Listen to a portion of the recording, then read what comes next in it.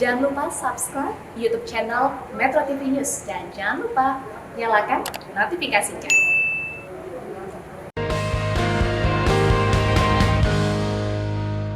Pemirsa, secara geografis, pulau di Indonesia terletak pada 3 lempeng tektonik di dunia, yaitu lempeng Australasia, lempeng Pasifik, lempeng Eurasia, serta Filipina. Ya, hal ini menyebabkan Indonesia rentan di rawan bencana secara geologis. Kurang lebih ada 5.590 aliran sungai pemirsa yang terletak di Sabang hingga Merauke. Hal ini mengakibatkan Indonesia menjadi negara beresiko tinggi terhadap ancaman bencana gempa bumi, tsunami, hingga deretan erupsi gunung api.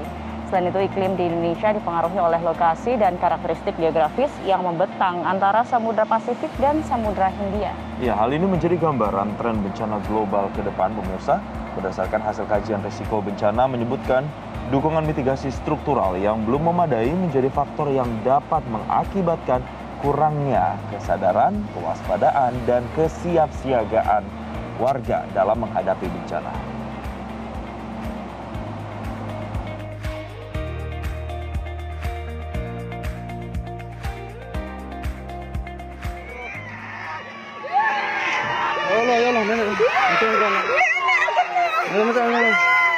Ya Allah, ya Karim, ya Allah.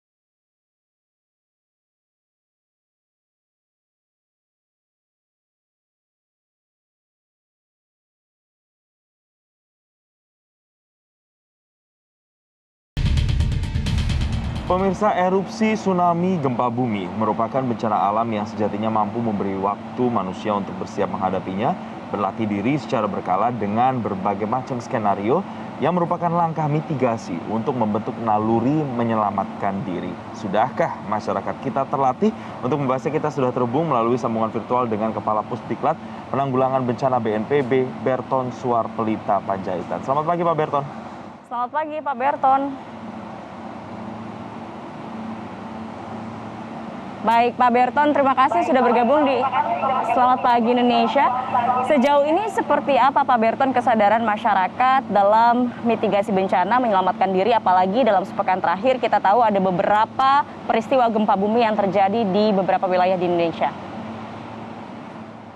Terima kasih. Saya kira kesadaran warga masyarakat itu sebenarnya sudah ada ya. Jadi sudah bisa kita lihat sebenarnya ada beberapa bagaimana saudara-saudara warga negara kita itu bisa melakukan evakuasi pada saat adanya ancaman bencana seperti gunung maupun gempa. Namun demikian, masih banyak hal-hal yang perlu kita benahi ke depan. Seharusnya memang dalam penanganan, dalam melakukan evakuasi ini sudah harus dilakukan secara struktur, sudah terorganisir ya oleh perangkat-perangkat desa ataupun masyarakat yang ada. Jadi sudah ada, kalau saya bilang kondisinya saat ini sudah ada, namun demikian masih banyak yang perlu kita benahi sehingga ke depan lebih terorganisir dan lebih sistematis, masyarakat terlalu banyak. Berton, kalau kita mengambil contoh kasus misalnya, ada gempa yang terjadi magnitudo 7,4. Ini di NTT, di wilayah NTT yang kemudian diumumkan oleh BMKG pada saat itu berpotensi tsunami. Ketika misalnya masyarakat di wilayah tersebut atau di wilayah lain kemudian mendapatkan informasi seperti ini, ada gempa yang berpotensi tsunami, langkah-langkah apa ya, spesifik seperti apa yang harus dilakukan untuk bisa menyelamatkan diri? Terjadi karena adanya karena adanya intervensi air ya, air laut, air danau gitu ya. Nah, setelah intervensi ini bisa melalui gempa bumi, melalui bahan material yang longsoran dalam hal ini, ataupun dari meteor. Nah, Kalau kita saat ini yang banyak kita lihat adalah melalui adanya intervensi dari bumi, gempa bumi. Seharusnya kalau kita merasakan adanya gempa bumi, memang kita harusnya sudah melakukan tindakan untuk evakuasi mandiri. Jadi tanpa menunggu banyak perintah segala hal, masyarakat seharusnya sudah bisa melakukan berbagai upaya. Tapi jangan terlalu panik juga. Nah, satu hal yang kami lihat kemarin itu banyak warga yang masih melihat laut, apakah surut apa tidak. Nah, ini menurut kami ini pembelajaran yang sudah lama dari Aceh yang tidak bisa kita gunakan saat ini lagi. Kita tahu kejadian tsunami di Mentawai tahun 2010 itu hanya 7 menit, di Palu hanya 2-3 menit, jadi tidak perlu lagi ada waktu untuk kita untuk melihat laut. Pergi saja ke daerah yang inland atau ke daratan yang lebih jauh atau ke perbukitan atau memang kalau ada bangunan yang lebih tinggi. Jadi itu satu hal. Kemudian untuk menghindari korban akibat gempa bumi misalnya, sebenarnya warga itu diajak untuk tidak panik terlebih dahulu. Mungkin gempanya ada bisa 30 detik, 1 menit gitu ya. Mungkin pada 10 detik pertama, kami kira kita itu akan sadar, oh ini apa gitu ya, ada goncangan apa. Kemudian 3 detik berikutnya kita sudah harus sadar saya berada di mana nih.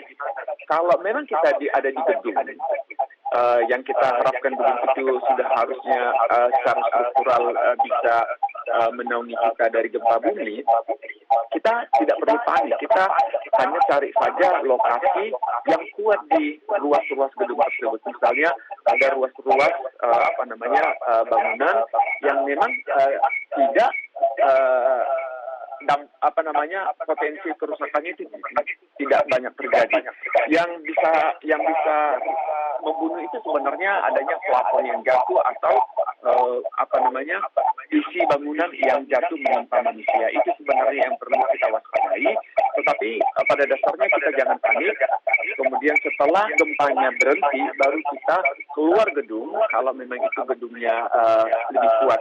Tapi kalau memang gedungnya tidak kuat, kita bayangkan ada di beberapa wilayah Indonesia ini rumah-rumah itu tidak kuat, bisa mencari langsung keluar dari rumah dan berusaha di tempat yang terbuka. Ini mungkin untuk gempa bumi. Setelah itu kita harus sadar juga potensi tsunami bagi warga yang ada di panjang pantai, pergi saja langsung ke daratan yang lebih jauh atau mencari bukit. Itu mungkin yang perlu saya jelaskan, sampaikan. Terima kasih. Baik, Pak Berton. Tadi disampaikan bahwa ketika ada peringatan tsunami, sudah tidak ada waktu lagi untuk mengecek laut. Karena selang waktu dari pembelajaran tsunami sebelumnya di Mentawai hanya selang 7 menit dari peringatan tsunami. Dan selain itu juga tadi dijelaskan bahwa ada beberapa lokasi yang harus dihindari, terutama untuk bangunan-bangunan yang memang tidak kuat begitu fondasinya. Terima kasih Pak Berton. Tapi kalau pertanyaan berikutnya nih Pak Berton terkait dengan menyelamatkan diri, upaya menyelamatkan diri. Ketika misalnya ada orang yang lansia begitu yang harus kita selamatkan, bagaimana kemudian kita bisa menyelamatkan diri? Apakah memang harus mencari sesuatu benda yang bisa melindungi diri kita atau seperti apa?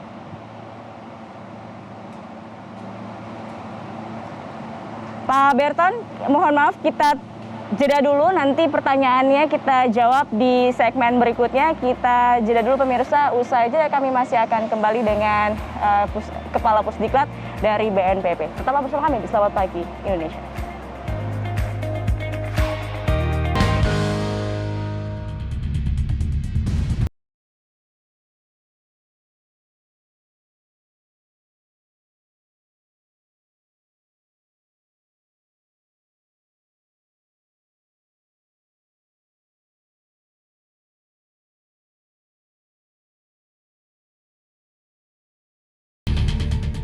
Nah, pemirsa, kita masih berbincang dengan Kepala Pusdiklat Penanggulangan Bencana BNPB, Pak Berton, masih tersambung bersama kami di Selamat Pagi Indonesia.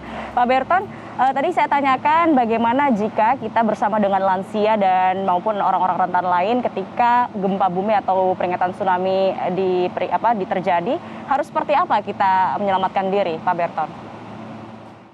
Ya, terima kasih. Ini memang dilematis ya kalau terjadi misalnya gempa bumi dan tsunami-nya itu terjadi pada waktu yang sangat singkat. Seperti saya katakan tadi, di beberapa wilayah di Indonesia ada kejadian tsunami-nya 3 menit setelah terjadi gempa bumi. Di Palu kemarin itu seperti itu. Nah, bagaimana kita menyikapi hal seperti ini? Memang warga masyarakat perlu memahami karakteristik tsunami, gempa bumi maupun bencana yang lain, karena karakteristik bahaya itu berbeda di suatu daerah dengan daerah yang lain.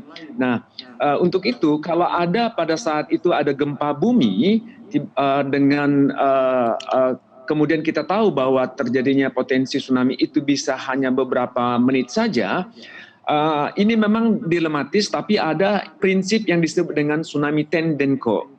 Tsunami tendenko ini yang berada dari Jepang, yang artinya go separately, jadi bepergi sendiri-sendiri saja.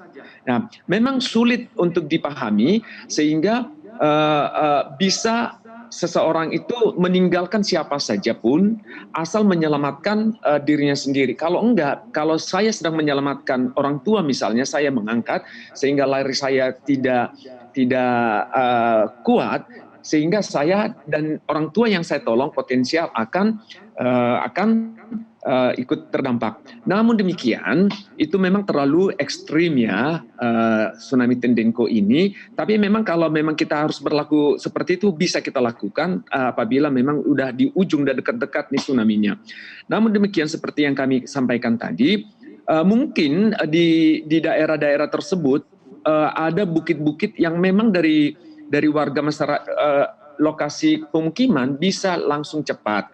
Nah, ini mungkin masih bisa dituntun ibu hamil, orang tua, anak-anak masih bisa memberikan kesempatan. Untuk itu memang perlu dilakukan latihan mandiri untuk warga, untuk melakukan evakuasi mandiri. Jadi kita harus bersetuju, kalau ada warga harus bersetuju, kalau ada ancaman, kemana perginya? Melalui apa? Siapa yang diangkat? Bagaimana caranya? Sehingga pada kenyataannya kalau terjadi, ini bisa benar-benar bisa diterapkan, mungkin nggak 100%, tetapi sudah ada mekanisme itu di masyarakat.